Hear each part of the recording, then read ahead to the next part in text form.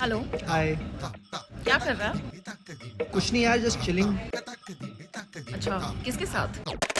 Struggling days कैसे थे? बुरे थे एक चीज़ को की वजह से, फाइनेंसेस की वजह से। ऑडिशंस पे ऑडिशंस हुए जा रहे हैं, पैसे ख़त्म हुए जा रहे हैं, जो सेविंग्स थी वो गई, जेवर थे वो भी ले लिए, घर जो एक ख़रीदा था नौकरी के वक्त वो बेच दिया, जो ऐसे ठप ठप ठप स्टॉप ब्लॉक में सब गायब हो रहा था और टाइम ऐसे भाग रहा था। अच्छी चीज़ ये थी कि मैं अपने मन का काम कर रहा था, जो करना चाहता हूँ, जो मेरे मेरे दिल की जो चीज़ है, जो मेरा पैशन है, मैं वो परस्यू कर रहा हूँ। तो वो एक अंदर उसकी खुशी थी। कुछ नहीं यार, जस्ट चिलिंग। अबे बोला ना। क्या? अबे मैंने वो बोला। कुछ नहीं यार, जस्ट चिलिंग। Just chilling. नाम लेना है सारे प्रोजेक्ट्स का। समरी में 4 लाइन वो ये है कि एक्टिंग है जिसका पेशा, फिल्मिस्तान जिसका काम। एक्टिंग है जिसका पेशा, फिल्मिस्तान जिसका काम। है ये फैमिली मैन में भी और कभी है ये नलिन दलाल। हर बड़े प्रोजेक्ट में है ये, हर बड़े प्रोजेक्ट में है ये। Today we are just chilling. Sharib Hashmi के साथ। अरे welcome to the show sir. Thank you so much for coming. बहुत बहुत शुक्रिया। और पहला सवाल मेरा अब यही इसे है लिखना छोड़ दो। नहीं, ये क्या है ना कि इस शो के लिए वो करना पड़ता है। पहले मैंने नहीं, सोचा कि Thank you मेरे भाई। अहमद फराज आप हमेशा वो वाली लाइन बोलते हैं कि किसी को घर से निकलते ही मिल गई मंजिल। कोई हमारी तरह उम्र भर सफर में रहा। तो मेरा पहला सवाल यही है कि आपका फेवरेट राइटर हाँ। कौन है? बहुत सारे हैं यार, मिर्ज़ा गालिब, अहमद फराज, मुनीर नियाज़ी, फिर बशीर बद्र साहब मुझे बहुत पसंद है। काफ़ी सारे ये तो मैं सिर्फ अभी कुछ नाम बता रहा हूँ। कुछ याद आ रहा है बशीर साहब का? या बशीर साहब के तो बहुत सारे हैं यार। उजाले अपनी यादों के हमारे पास रहने दो, न जाने किस गली में ज़िंदगी की शाम हो जाए। एक और बशीर बद्र का बहुत पसंद मुझे, जो कि हम भी दरिया हैं, हमें अपना हुनर मालूम है, जिस तरफ भी चल पड़ेंगे रास्ता हो जाएगा। कितनी सच्चाई से जिंदगी ने मुझको कह दिया तू नहीं मेरा तो कोई दूसरा हो जाएगा। ओहो जे बात। देखा, मैंने बोला ना आपको। और इसका पहला वाला शेर बहुत बढ़िया है। सर झुकाओगे तो पत्थर भी देवता हो जाएगा, इतना मत चाहो उसे वो बेवफा हो जाएगा। जे बात। किस उम्र में आके आपने शेर शायरी बचपन एज इन समझ लो कॉलेज के आसपास, या 9वीं 10वीं के आसपास में मैं पढ़ता था काफ़ी ये शेर व शायरी। और स्टेशन पे मिलती थी किताबें, मोहम्मद रफ़ी के सदाबहार गीत, किशोर कुमार के मस्ती भरे नगमे, मुकेश के दर्द भरे नगमे, और मिर्ज़ा गालिब, मोमिन। तो वो सब मैं ख़रीद के जो बम्बई से दिल्ली का जो ट्रेन का सफ़र होता था, तो वो ये सब पढ़ के निकालता था। ऐसा कोई गाना जो आपको एज अ लिरिक्स वाइज बहुत पसंद है? वो जो प्यासा में है ना एक डुएट, उसके लिरिक्स इतने कमाल है ना। वो हम आपके आँखों में इस दिल को बसा दे तो बंदी बोलती हम मूंद के पलकों को इस दिल को सजा दे तो वो जो नोक झोंक और एक डुएट होता है ना, कि एक ने कुछ बोला दूसरे ने कुछ बोला, वो एकदम प्योर, एकदम खालिस डुएट है वो, और इतना प्यारा लिखा है, बाप रे। कोई गाना याद आ रहा है आपको जो आपको लगता है कि लिरिकली तो अच्छा है ही, बट सिंगर ने यार, क्या किशोर कुमार जी या फिर मुकेश का कोई गाना? पाम स्प्रिंग्स कैलिफोर्निया एक फिल्म फेस्टिवल था, जहाँ पर हमारी फिल्मिस्तान दिखाई जा रही थी, और एक शो था और वो हाउसफुल हो गया था। तो उन्होंने दूसरा ऑडिटोरियम खुलवाया, वहाँ भी पूरा पैक हो गया। तो हर स्क्रीनिंग के बाद में Q&A होता है। जब फिल्म कंप्लीट हो गई तो दूसरे कुछ लोग जा रहे थे और दूसरे ऑडिटोरियम से लोग आ रहे थे Q&A के लिए। तो उस बीच में वो उस जगह को भरने के लिए जो हमारे जो उस वक्त वहाँ पे होस्ट थी, उन्होंने कहा कि would you like to do something for the audience. तो मैंने फिर किशोरदा का एक वो जिब्रिश सॉन्ग गाया, और वहाँ सिर्फ गोरे थे। क्या बात है, सिर्फ गोरे। क्या बात। सिर्फ मेरी एक देसी दोस्त आई थी मिलने के लिए, उसके अलावा सारे गोरे थे। कौन सा था वो गाना? ये एक फिल्म है कहते हैं मुझको राजा, विश्वजीत जी सर की है। तो उसमें गाना था किशोरदा का, याक दुई त्रण चार गिली गिली गिली गिली गिली गिली गिली गिल गिल गिलिक गिल गिल गिलिक गिल गिल गिलिक गिल गिल गिलिक बम बम मकुकुक बम बम मकुकुक बम बम मकुकुक बम बम मकुकुक दिल हकु बकु जान हकु बकु जान हकु बकु दिल हकु बकु राम राम सिया राम सलाम वालेकुम प्यार करो गुप चुप दूध पियो चुप चुप ठन ठन कुट कुट पुट पुट पुट पुट ठन ठन कुट कुट हाउ डू यू डू बाम चीक चिक चाम चीक चिक बाम चीक चिक चाम चीक चिक बम चिक बुब चिक बम चिक बुब चिक बम चिक बुब चिक बम चिक बुब चिक बड़के बउले बेटा बम बम बड़के बउले बेटा बम बम बड़के बउले बेटा खिड़की खोले बेटा बम बम चिक बम बम हे क्या बात है। Thank you. आपकी राइटिंग कहाँ से इन्फ्लुएंस्ड है सबसे? ये 98 के आसपास 98 99 के आसपास की बात है। राजश्री प्रोडक्शंस में मेरे फ्रेंड हैं राजुल मिश्रा, उस वक्त वो सूरज जी को असिस्ट करते थे। उनको कुछ काम मिला एक ऐसी फ्रीलांस का, डिस्कवरी के लिए कुछ हिंदी में ट्रांसलेट करना था। उन्होंने मुझको बोला कि यार ये थोड़ा इसमें हेल्प कर दे मुझे, लैंग्वेज तेरी अच्छी है। वो कुछ 4-5 पैराग्राफ्स थे, तो वो हमने जब साथ में लिखा तो राजुल ने बोला कि यार you have a flair for writing, मतलब तेरी लैंग्वेज पे कमांड अच्छा है, तो you should consider you know taking this as a profession. जब ये चीज़ हुई तो फिर मैंने सोचा चलो राइटिंग की तरफ कोशिश करते हैं। फिर हमें MTV का एक शो मिला लिखने के लिए। कुछ अच्छी चीज़ जो मैंने लिखी है, जो मैं मतलब जिसके लिए मतलब मैं प्राउड फील करता हूँ, एक तो फिल्मिस्तान के डायलॉग्स जो मैंने लिखे हैं, और राम सिंह चार्ली हमने एक फिल्म लिखी है नितिन कक्कर ने और मैंने, हम दोनों ने मिलकर। वो मेरे दिल के बहुत करीब है। मेरे ख्याल से वैसी राइटिंग मैंने नहीं की है अभी तक। मुझे फिर से वो जब मैं देखता हूँ तो मेरा मन करता है यार अब फिर से कुछ लिखना चाहिए यार। MTV का एक बहुत फेमस शो रोडीज रोडीज तू बनेगा रोडी। क्या आपको मन हुआ? आप तो MTV में ही थे, हाँ, तो मैं तो आपने MTV काफी में ही था। करीब से रोडीज को बिल्ड होते हुए देखा। हाँ, रघु और राजीव ये दोनों मेरे एकदम मतलब बहुत ही करीबी दोस्त हैं। और इनफैक्ट मैंने फेब में ज्वाइन किया था MTV में 2003, और मार्च में रघु ने ज्वाइन किया था। अच्छा। तो हमारी दोस्ती तब से हुई। मैं और अब्बास हम दोनों काफ़ी हम हिंदी में बात करते थे। और मैं एक्चुअली मुझे नौकरी मिली थी वहाँ पर क्योंकि उनको एक हिंदी राइटर चाहिए था। और मैं वहाँ जब गया था तो मुझे तो काफ़ी सारे, एक नहीं कई कल्चर शॉक्स मिले थे कि यार ये तो ये चड्डी में बैठे हुए हैं यहाँ पे। जो बॉस है साइरस ओशीदार, उसको साइरस बुला रहे हैं, हे साय। अरे यार बॉस को ऐसे कौन बुलाता है? और सारे अंग्रेज, मतलब ऐसे कि मतलब भयंकर अंग्रेज। तो और उनके लिए मेरी हिंदी उनके लिए उनको बड़ी कूल लगती थी। अरे यार you speak Hindi so well, क्योंकि और कोई आती नहीं मुझे।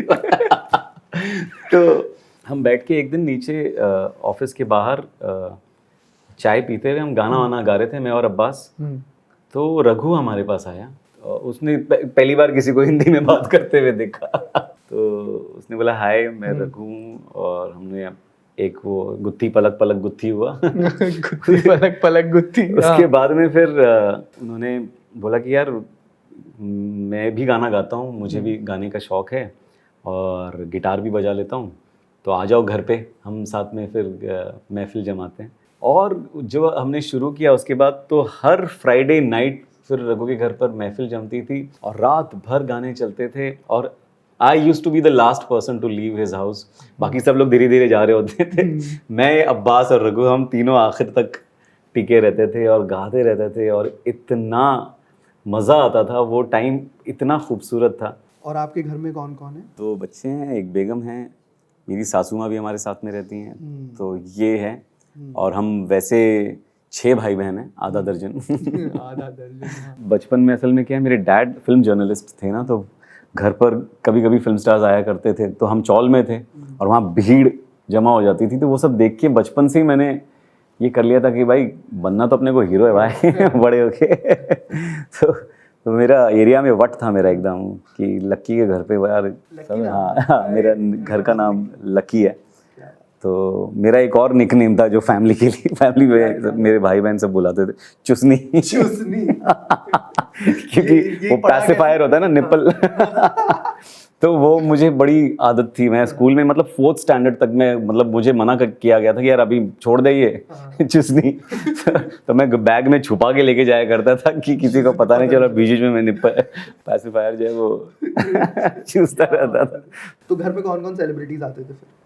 राज बब्बर साहब काफ़ी आया करते थे, गुलशन ग्रोवर जी, अनुपम खेर साहब एक बार आए थे। इनफैक्ट अनुपम खेर सर को जब मैंने बोला कि आप घर पर आए थे तो वो इतने खुश हुए, मतलब तुम जौहर साहब के बेटे हो और वो घर भी उन्हें याद था, 25-26 साल पहले वो घर पर आए होंगे। वो फायर ब्रिगेड से लेफ्ट लेते ही राइट में जो वो घर था वहीं पर हमने बोला अरे यार इतनी कमाल मेमोरी। और मतलब and he was very fond of my dad. In fact उसके बाद शूट के बाद जब भी कोई आता था तो बोला पता है ये जेड जवाहर के साहबजादे हैं। जब भी उस जमाने के कुछ लोग जब मुझे मिलते हैं और उनको जब पता चलता है बहुत वो प्यार देते हैं मुझे और काफ़ी। तो जब ये लोग घर आते थे तो आप मिमिक्री वगैरह करते थे या एक्टिंग वहां से शुरू हो गई? नहीं। मैं एक्चुअली स्कूल टाइम तक मैं था बड़ा शाई। वो सोचता था मैं कि मैं वो करूँगा ये करूँगा। जब शुरू में कोई मुझे हक करता था तो मुझे समझ में नहीं आता था अरे क्या हो रहा है। क्या आपके फादर चाहते थे कि आप एक्टिंग करें? मेरे डैड चाहते थे कि मैं एक्टिंग करूं। पता नहीं उनको क्यों क्या भरोसा था मुझ पर कि उनको लगता था कि मैं एक्टर। वो कहते थे भी कि अगर कहीं पर कोई कोर्स करना है तो कर ले। बट जब मैं बड़ा हुआ तो मुझे बहुत एक खुद पर काफ़ी सेल्फ डाउट हो गया था कि यार मेरी वो पर्सनैलिटी नहीं है, हाइट बहुत कम है। तो मुझे लगा कि यार होगा नहीं कुछ। और मैंने वो एक्टिंग का जो है वो ख्याल अपने दिमाग से पूरी तरह से निकाल दिया कि यार, और उस ड्रीम को पूरी नीचे बहुत ज़्यादा दबा के रख दिया था। और as an assistant director start किया। तो वो चाहते थे हमेशा कि मैं एक्टिंग करूं, बट उनके रहते मैंने एक्टिंग नहीं की। और मेरे ख्याल से जब आज वो अगर जहाँ भी होंगे अगर वो देखेंगे, मुझे लगता है कि वो बहुत सबसे ज़्यादा खुश अगर कोई होगा तो वो मेरे डैड होंगे। क्योंकि जिस दिन उनका इंतकाल हुआ था उसके एक रात पहले, पता नहीं हमेशा नहीं पूछा करते थे वो, लेकिन उस रात मैं उनके पैर दबा रहा था। वो हमेशा ही रात को दबाया करता था। तो वो पूछ रहे थे कि क्या चल रहा है अभी। तब मैं रागेश्वरी के लिए वो शोज़ लिखा करता था। तो मैंने बोला वो लिख रहा हूँ, चल रहा है, अच्छा चल रहा है, तो खुश है ना? बोला हाँ ठीक है, मतलब नॉट बैड। ये एक बहुत रैंडम जो ऐसा कॉन्वर्जेसन उन्होंने कभी मेरे साथ में नहीं किया था। कभी कॉन्वर्जेशंस हुआ ही नहीं करते थे उस वक्त बाप बेटों के, और एक डिस्टेंस हुआ करता था। उस रात उन्होंने पता नहीं क्यों ये सारी चीज़ें पूछी थी। और नेक्स्ट डे फिर उन्हें ब्रेन हैमरेज हुआ था और वो उसी रात को ही मतलब इंतकाल हो गया था। तो काफ़ी। अगर आप उनसे अभी बात कर पाते तो आप क्या कहते? बोलते मैं कहता कि आप जो चाहते थे वो मैंने कर लिया, और जो आपका सपना था वो मैंने जिस भी लेवल पे पूरा किया। मतलब जो भी कामयाबी मिली है, जितनी भी मिली है, और उससे मैं मतलब बहुत खुश हूँ। और लेकिन अभी और चाहिए मेरे को बहुत कुछ चाहिए। एक्टिंग राइटिंग के अलावा क्या क्या हॉबीज हैं सर आपकी? मैं स्केच करता था स्कूल टाइम से काफ़ी। मुझे स्केच करना बहुत बहुत पसंद है। देखना पसंद है मुझे फिल्में, सीरीज़। और अगर कुछ पसंद आता है तो मैं इसे मल्टीपल टाइम्स देखता हूँ। क्या बात है। हाँ, मतलब जैसे ब्रेकिंग बैड के 5 सीजन्स मैंने कम से कम 6 बार देखे हैं। पांचों के पांचों सीजन्स। गजब। आपने गाना गा दिया, स्केच आप दिखाएं पहले तो। हाँ बिल्कुल। और दूसरी चीज फिर आप हाँ। फिल्में बताएंगे अच्छी वाली, आपकी टॉप 5 टॉप 10 जरूर बताऊंगा, जरूर। ये देखिए एल पचिनो साहब, स्कारफेस। और ये मेरा फेवरेट नसीर साहब। उनको फ्रेम करा के देना चाहिए आपको ये। इंशाल्लाह जरूर करूँगा आप मिल ही रहे हैं। मैं। आपने कभी आपकी वाइफ के लिए स्केच? उनका भी स्केच बनाया है मैंने, उनका भी बनाया है, मेरी अपनी बेटी का भी स्केच किया है मैंने। फिर एक शादी के बाद, हाँ, लव मैरिज। उसकी स्टोरी क्या है जरा थोड़ा? उसकी स्टोरी बड़ी भयंकर है। हम तो पहले कॉलेज में मिले थे, और मेरे जो साले साहब है वो मेरे मतलब काफ़ी उस वक्त कॉलेज में हम लोग फ्रेंड्स थे। तो साले साहब ने इंट्रोड्यूस कराया था अपनी बहन से। फिर जो दोस्तों का एक ब्रो कोड होता है ना कि दोस्त की बहन के ऊपर नजर नहीं डालनी चाहिए, और अपन ने डाल दिया। और कॉलेज में शुरू हो गया फिर चोरी चोरी चुपके। लेकिन कितना भी चोरी चोरी चुपे खासकर उस इश्क और मुश्क छुपा ही नहीं छुपते। तो किसी दोस्त ने देख लिया हम लोगों को एक दिन ट्रेन में साथ में जाते हुए, और शायद कुछ तो ऐसे रखा होगा सर, उसने बता दिया। और फिर समीर जो है वो फिर मेरे पास आया और बोला यार अभी देख हो नहीं सकता है कुछ, सबसे पहले तेरी हाइट देख, उसकी हाइट देख।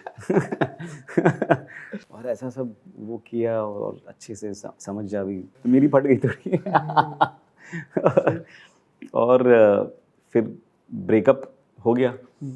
6 साल बाद हम वापस मिले, 6.5 साल बाद। हाँ, उस वक्त वो ब्रेकअप नहीं करना चाहती थी, क्योंकि यार तुम लोगों ने आपस में मिलकर डिसीजन ले लिया, मेरी भी तो लाइफ है ना। तो उन्होंने बोला कि यार अब अगर आओगे तो अब फैमिली के थ्रू आना पड़ेगा, ऐसे नहीं होगा। उनकी मॉम, मेरी सासू माँ जो है वो मुझसे मिलने को तैयार नहीं थी कि मेरे को नहीं मिलना है उससे। मैंने बोला एक बार मिल लो, फिर जब मिल लिए तो फिर अपने आटे में ले लिया। फिर फाइनली शादी हुई। अब तो इस 27 दिसंबर को 20 साल हो जाएंगे शादी को। पहले से ही मुबारकबाद बहुत Thank you, बहुत thank सारी। you। आप फिल्मिस्तान को लेके क्या पूरी तरीके से सेटिस्फाइड थे हर तरीके से?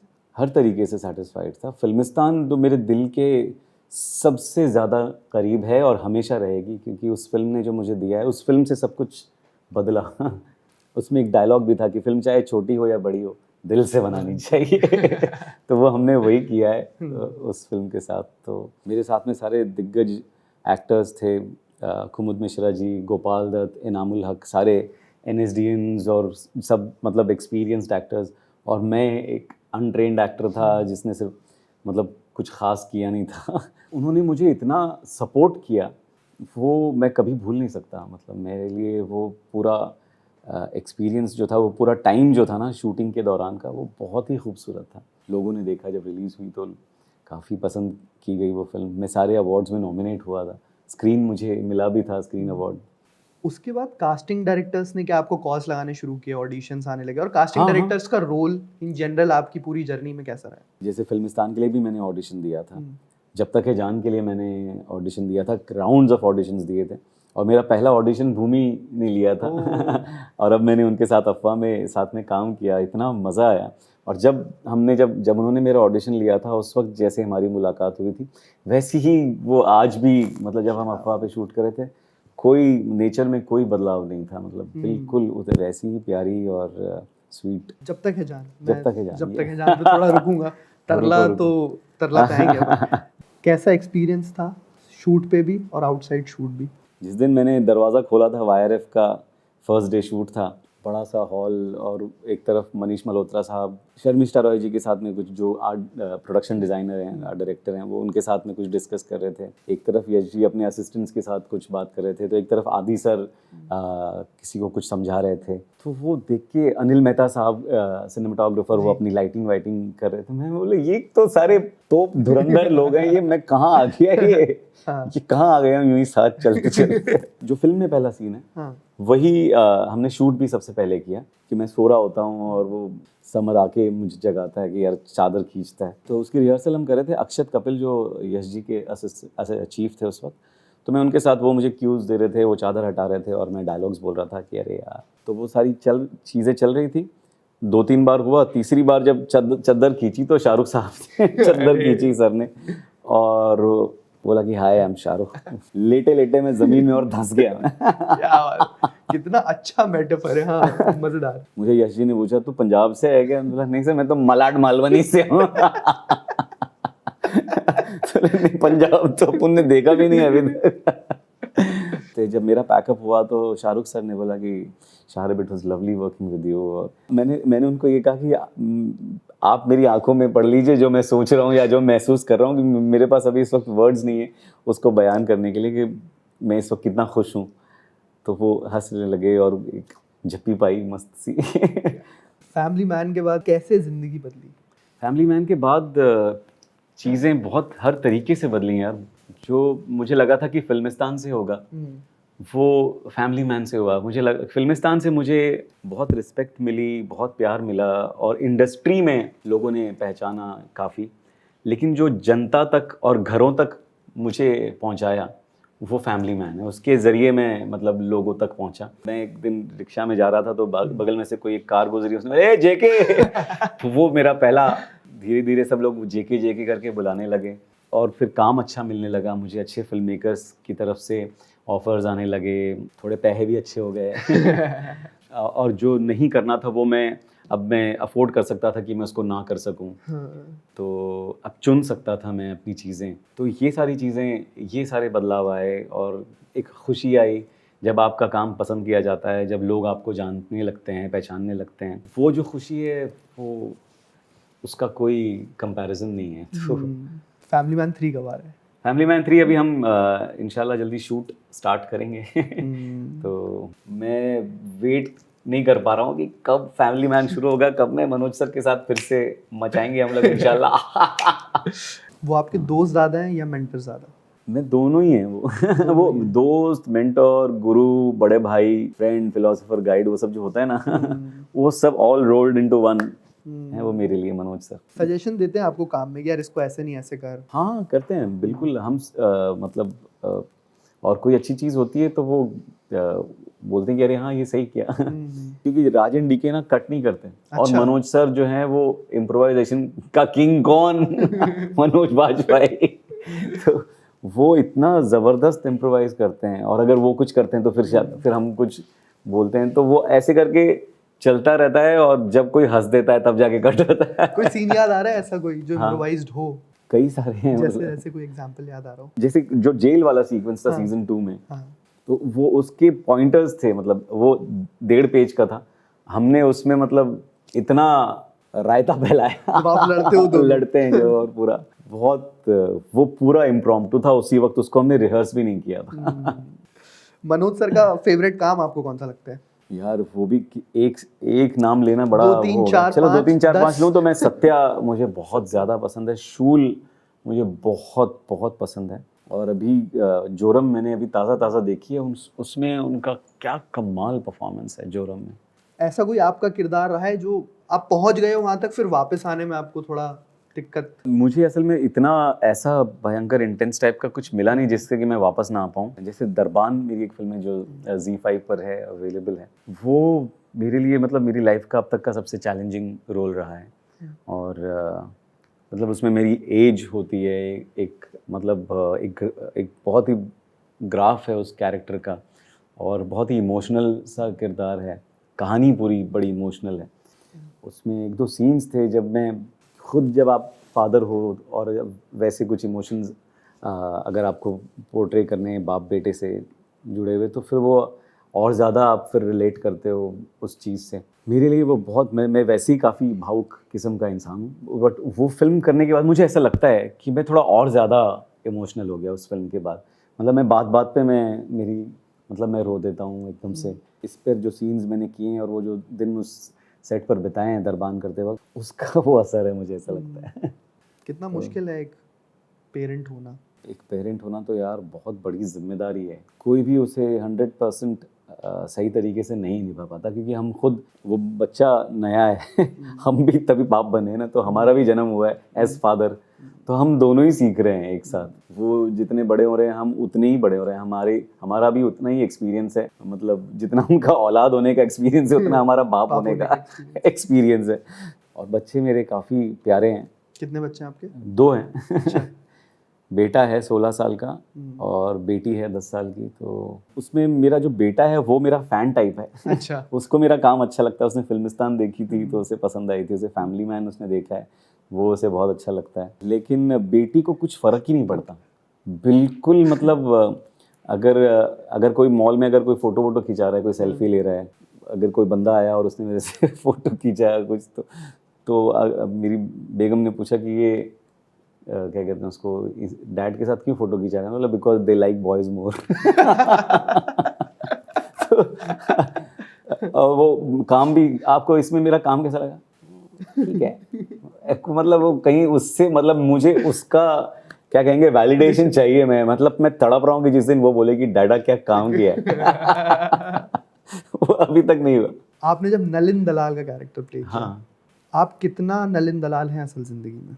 मैं नलिन दलाल जो है ना, वो तो सारा मतलब वो ग्रीन फ्लैग्स का पोटला लेके घूमता है। ये आइडियल हस्बैंड, अगर हस्बैंड हो तो नलिन दलाल जैसा हो। मुझे तो कई हस्बैंड्स ने मैसेज किया कि हमको बीवियां डांट रही हैं कि ऐसा बनो, ऐसा होता है पति। मेरे भी घर पे।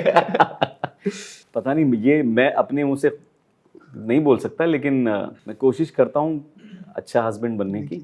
लेकिन नलिन दलाल कुछ ज़्यादा ही अच्छे थे, बहुत ज़्यादा ही कमाल थे। और जब मैंने स्क्रिप्ट पहली बार जब उन्होंने नरेट की मुझे, पीयूष गुप्ता भाई ने, मैं मतलब कई नरेशन सुने हैं मैंने, कई कहानियाँ सुनी हैं, कई स्क्रिप्ट्स पढ़ी हैं। मैं उस दिन जब वो नरेट कर रहे थे, जब वो टुवर्ड्स द क्लाइमैक्स जब वो पहुँचे और वो एक जो CEO वाला सीन है वो जब वहाँ पर पहुँचे, मैं बिलक के रो रहा था उस वक्त। ऐसा कभी नहीं हुआ था। और जब उनका नरेशन कंप्लीट हुआ, मैं बस पैरों में गिर गया कि यार और कहीं मत जाओ, मैं नलिन दलाल हूँ, प्लीज़ ले लो मुझे यार। इससे मतलब मैं पूरा झोंक दूंगा अपने आप को इसमें। मैं बड़ा मतलब एकदम क्या कहेंगे एक्साइटेड होके बाहर निकला नरेशन के बाद, गाड़ी में बैठा और तभी बल्लू जो मुकेश भाई के एसोसिएट हैं, तो उन्होंने उनसे बात किया कि कैसा रहा। मैंने बोला हाँ बहुत बढ़िया। तो आपको बताया तरला कौन प्ले कर रही? तो बोला नहीं यार वो तो मैंने पूछा ही नहीं। तो बोला वो हुमा कुरैशी। तो मैं गाड़ी साइड में लगाया, अरे एक मिनट नहीं तो ठोक देता मैं चलाते चलाते। तो मैंने गाड़ी रोकी और बोला यार हुमा कुरैशी मेरे साथ में क्यों करेगी यार। और मुझे लगा ये भी गई हाथ से फिल्म। लेकिन हमारी साथ में एक रीडिंग रखी गई मेरी और हुमा की। इतना मतलब कमाल हमारा, मतलब पहले ही दिन इतनी केमिस्ट्री सेट हुई, ऐसा एक बॉन्ड बना, मतलब we become friends for life now. इतना मुझे लग रहा था कि वो बड़ी मतलब वो स्टारी एटीट्यूड मारेंगी और बहुत ही स्नूटी सी होंगी ये वो, लेकिन मतलब वो she is a sweet heart एकदम। मेरे लिए तरला दलाल जो है वो मैं था, क्योंकि मैंने भी अपनी लाइफ में बहुत लेट डिसीजन लिया। मेरे दिमाग में मेरी कॉलिंग बहुत लेट आई कि यार एक्टिंग है जो मैं करना चाहता हूँ, मैं उसी के लिए बना हूँ। उनको भी बहुत लाइफ में लेट रियलाइज़ हुआ कि कुकिंग है जो वो उनकी ज़िंदगी है और जो वो करना चाहती, जो उनका पैशन है। और उनकी लाइफ में नलिन दलाल थे जिन्होंने उनको सपोर्ट किया। मेरी नलिन दलाल मेरी बेगम है जिन्होंने हर कदम पे मुझको सपोर्ट किया हर तरीके से। और तो मैं उस हिसाब से मैं पैरेलल्स जोड़ रहा था अपनी लाइफ के साथ। स्ट्रगलिंग डेज कैसे थे? बुरे थे एक चीज़ की वजह से, फाइनेंसेस की वजह से, क्योंकि पैसे पूरे एकदम से फुर हो गए। मुझे लगा अरे अभी मैं 4 ऑडिशन करूंगा, उसमें 4 में सेलेक्ट हो जाऊंगा और काम ही काम, पैसा ही पैसा, सब सेट हो जाएगा लाइफ में। लेकिन वैसा हुआ नहीं। ऑडिशंस पे ऑडिशंस हुए जा रहे हैं, पैसे ख़त्म हुए जा रहे हैं, कोई सिलेक्शन नहीं हो रहा, शॉर्ट लिस्ट हो रहा हूँ, टाइम गुजरता जा रहा है।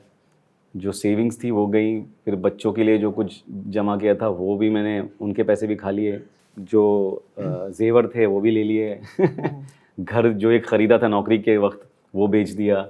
तो ऐसे करके सब कुछ जो ऐसे ठप ठप ठप स्टॉप ब्लॉक में सब गायब हो रहा था और टाइम ऐसे भाग रहा था।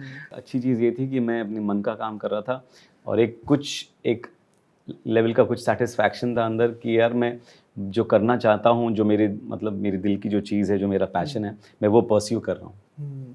तो वो एक अंदर उसकी खुशी थी। लेकिन जब पैसे ख़त्म हो जाते हैं ना तो वो थोड़ा बहुत ज़्यादा तकलीफ़ देती है फिर, क्योंकि फिर सब जगहों पर कॉम्प्रोमाइज़ होने लगता है। मैं 3 साल तक मैं ऑडिशन दे रहा था और सारे पैसे ख़त्म हो गए थे, भयंकर कर्जे चढ़ चुके थे और जिन से मैं पैसे जितने ज़्यादा मांग सकता था सब हो चुका था। मैं और किसी से पैसे नहीं मांग सकता था, तो मुझे दोबारा नौकरी करनी पड़ी। और ऐसी एक दिन रात को बिस्तर पे बैठ के हम डिस्कस कर रहे थे और मैंने बेगम को बोला यार मैंने ये ज़बरदस्ती अपने पैशन के चक्कर में मतलब तुम लोगों की सबकी बैंड बजा डाली और शायद गलत डिसीजन तो नहीं ले लिया। तो उन्होंने बोला था कि भाई एक बार ये चीज़ बोलिए, इसके बाद दोबारा ये बोलना मत, क्योंकि जितने सैक्रिफाइसेस तुमने किए हैं वो तुमने अकेले ने नहीं किए, हम सब ने मिल के वो कुर्बानियाँ दी हैं। और अगर तुम बोलोगे कि वो डिसीजन गलत था तो वो सारी कुर्बानियाँ वेस्ट हो जाएंगी, सब ज़ाया हो जाएगा। इस चीज़ की खुशी होनी चाहिए कि तुमने कोशिश तो की। इस चीज़ का मलाल नहीं रहेगा कि यार आगे जाके 10 साल बाद की कभी कोशिश नहीं की थी मैंने, एटलीस्ट तुमने कोशिश तो की। तो वो टाइम था जब मैं काफ़ी टूटा था, लेकिन वो बहुत शॉर्ट पीरियड था। क्या कोई मलाल है अभी भी? मलाल ये है कि काश मुझे ये मेरी कॉलिंग जो है थोड़ी पहले पता चल गई होती, तो मैं मतलब कोई फिल्म स्कूल जाता या थिएटर करता। वो सब मैंने किया ही नहीं, मेरा पीछे कोई बैकग्राउंड ही नहीं है एक्टिंग का। और 33 साल की उम्र में मैंने एक्टिंग करना शुरू किया, मतलब परस्यू करना शुरू किया। ये भी है कि जब जो होना है तब सो होता है। बॉम्बे अगर कोई नया इंसान आता है, नया एक्टर, उसको क्या नसीहतें देना चाहेंगे आप? मैं ये बोलूँगा, मैं तो उनको डिस्करेज करूँगा कि नहीं कि मत आओ, अगर आना है सर पे कफन बांध के आना। और अगर मेरे डिस्करेज करने पे आपने सोच लिया कि मुझे नहीं करना है तो यानी आप सही कर रहे हैं। अगर आप मेरे डिस्करेज करने के बावजूद आप आएंगे यानी आप वाकई एक्टिंग करना चाहते हैं, वाकई आप पैशनेट हैं और वाकई आप में वो जज्बा है। मैं यही कहूँगा कि भाई अगर वाकई उतना जुनून है, अगर आप वाकई सब कुछ ताक पे रख सकते हैं तो ही आप आइए और किस्मत आजमाइए। बाकी तो सब ऊपर वाले का और आपका नसीब है, आपका टैलेंट है, आप आपका हार्ड वर्क है, आपका प्रिपरेशन है, आपका हुनर है, यही आपका साथ देगा। मुझे अभी कोई मिला था जो कह रहा था कि यार 6 महीने हो गए अभी तक कुछ हुआ नहीं। तो वो यहाँ पर पेशेंस आपका मतलब बहुत ख़तरनाक टेस्ट लिया जाता है, तो वो आपको अब सब्र जो है, परसिस्टेंस जो है, ये सब चीज़ें बहुत इम्पॉर्टेंट है इस इंडस्ट्री में। तो बस मैं यही कह सकता हूँ। इस पूरे प्रोसेस में आपने जो कहा अभी कि पेशेंस रखिए, कभी पेशेंस छूटा है? हाँ, पेशेंस छूटा तो है, और पेशेंस इसी वजह से छूटा था क्योंकि पैसों की जब दिक्कत आती तो मामला वो हो जाता है। और अगर उस वजह से अगर आपको फिर से कुछ क्या कहते हैं उसको, नौकरी करनी पड़ती है, या तो उसमें मुझे लगता है कि कोई बुराई नहीं है, क्योंकि परिवार से बढ़ के कोई और खुशी नहीं है। और अगर वो दुखी हैं तो आप अपने सपने को क्या लेके मतलब अचार डालेंगे क्या? मतलब अगर उनके साथ में अगर वो खुशी मिल रही है तब उस खुशी की मतलब अहमियत है, और तब उसकी खूबसूरती है, या तब उसका एक सेटिस्फैक्शन मिलता है। वो दुखी हैं, खाली आप अपने मज़े में ऑडिशन दिए जा रहे हैं और वो हो रहा है, ये हो रहा है, दुनिया भाड़ में जाए और आप बस, मेरा तो यही पैशन है। लेकिन एक पॉइंट पे आपको एक कहीं ना कहीं लकीर खींचनी भी पड़ती है। आगे क्या देखने को मिलेगा एज ए राइटर आपका? एज ए राइटर अभी फ़िलहाल कुछ नहीं है, लेकिन अभी अगर जो मैं लिखूंगा वो मैं खुद डायरेक्ट करना चाहूँगा इंशाल्लाह। थोड़ा वक्त लगेगा उसको, क्योंकि अभी एक दुकान अच्छी चल रही है। तो दूसरी दुकान लेकिन खोल सकते हैं पैरेलली, 2 दुकान नहीं भाई, ये डेविड धवन साहब का एक इंटरव्यू देखा था, वो मेरे दिमाग में छप गया था, क्या था कि चलती गाड़ी का बोनेट नहीं खोलना चाहिए। मेरे को एक चीज़ आपसे और पूछनी थी। मैंने देखा है आपकी वीडियो में, आप बढ़िया डांस करते हैं। अरे ये तो ऐसे ही। एक जाते जाते एक स्टेप मुझे सिखा दें, फिर अगली हाँ, बार आ मैं जाओ। कभी- हम थे वो थी वो थी हम थे हम थे वो थी और समा रंगीन, समझ गए ना तारना, जाते थे जापान पहुंच गए चीन, समझ गए ना तारना, हम थे वो थी और समा रंगीन, समझ गए ना, जाते थे जापान पहुंच गए चीन, समझ गए ना। अरे यानी यानी यानी प्यार हो गया ओ मन्नू तेरा हुआ, अब मेरा क्या होगा, मन्नू तेरा हुआ, अब मेरा क्या होगा। बस Thank you so- thank you thank you so much sir. Thank you. मजा आ तो शो का नाम है जस्ट चिलिंग और चैनल का नाम है कमेंट सेक्शन। तो जल्दी से लाइक कीजिए, शेयर कीजिए, सब्सक्राइब कीजिए, अच्छा लगे नीचे कमेंट भी कीजिए। कमेंट सेक्शन तो चैनल का नाम है तो फिर करना ही पड़ेगा। Thank you Amritansh, thank you so much. शुक्रिया। Thank you sir.